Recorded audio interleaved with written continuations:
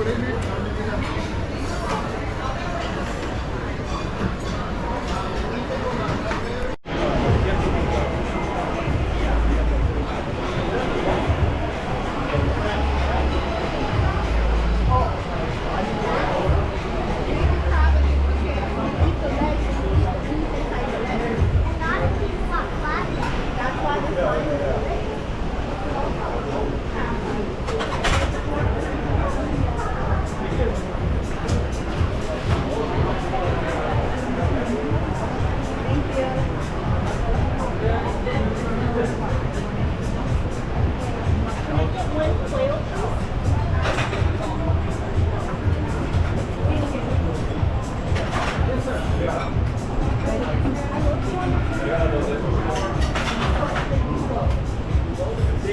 done.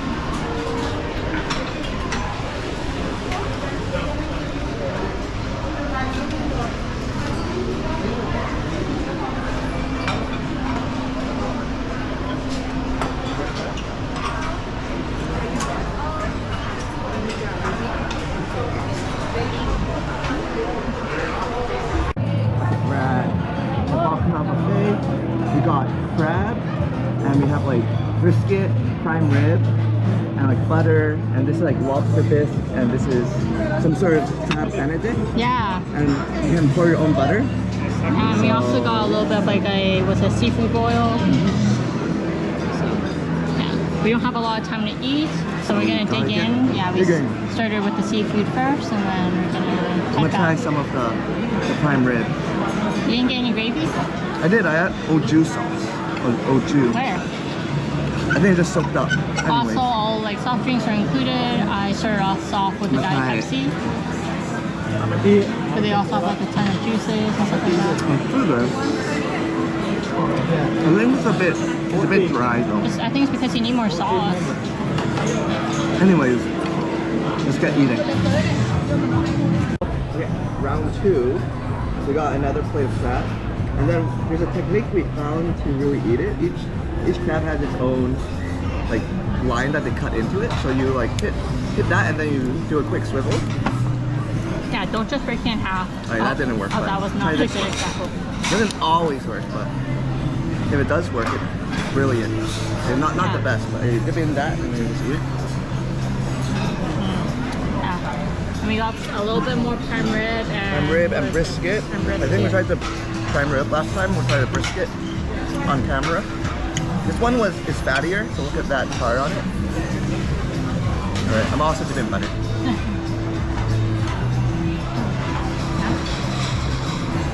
What better way to add brisket than mac and cheese? So this is what I got. So we're planning on just kind of sharing things, so we're not always eating just like carbs and such. This is like, I think, a Mexican fry with like some sauce and some beef in it. We have our birria tacos, mac and cheese, can't miss the mac and cheese. We have a blue Thai crab. We have a Korean beef kalbi and an Italian smoked salmon pasta. And it literally was fresh. Like the man dropped it right as I approached the thing, so it's fresh. And this is a Mediterranean like cheese ball thing. Sorry, I don't remember all the names. Alright, I'm gonna eat the fry. It has wait, let me eat it with guacamole, salsa.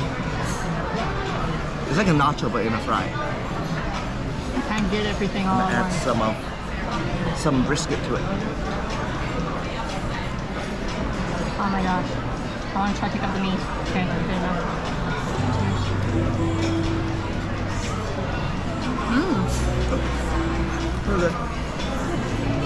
To me, it almost tastes like a Monster instant noodles. This chowder snack. It's a bit spicy. Maybe because we got the pepper. Good. I will try to bring a taco. Okay. So I didn't actually get this one, but I think you got it from like a rotating. I was already pre-cooked when I got it, unfortunately. Always I didn't get there in time. It's hot though. No cheese though, but inside. There shouldn't be cheese. Oh, I guess this one has cheese in it. Crispy. It's okay. I'm not a big fan of tacos, so it's good.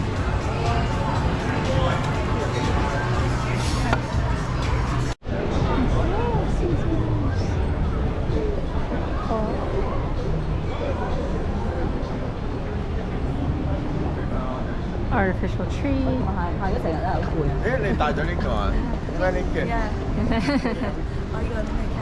Oh, Hell's Kitchen. Wow. Green Fair Garden.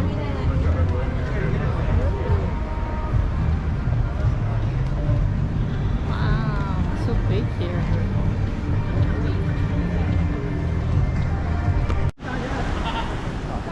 The flamingo habitat.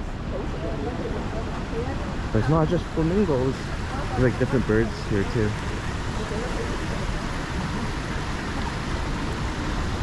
It reeks of seafood smell though.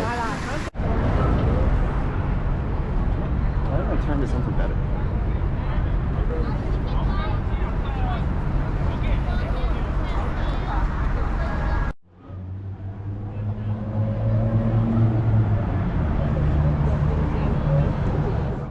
This is the entrance to the sphere. When you're up close, you can really see all the pixels. It's a big ass ball.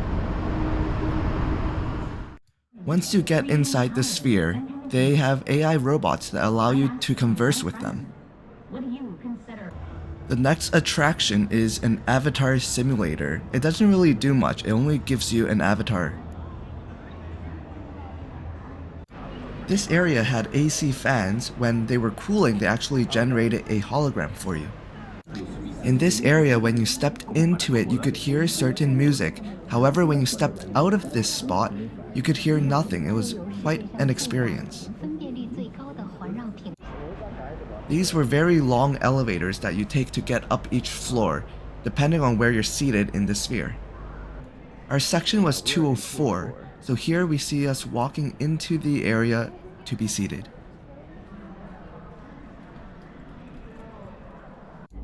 And this is the view once you're inside the sphere.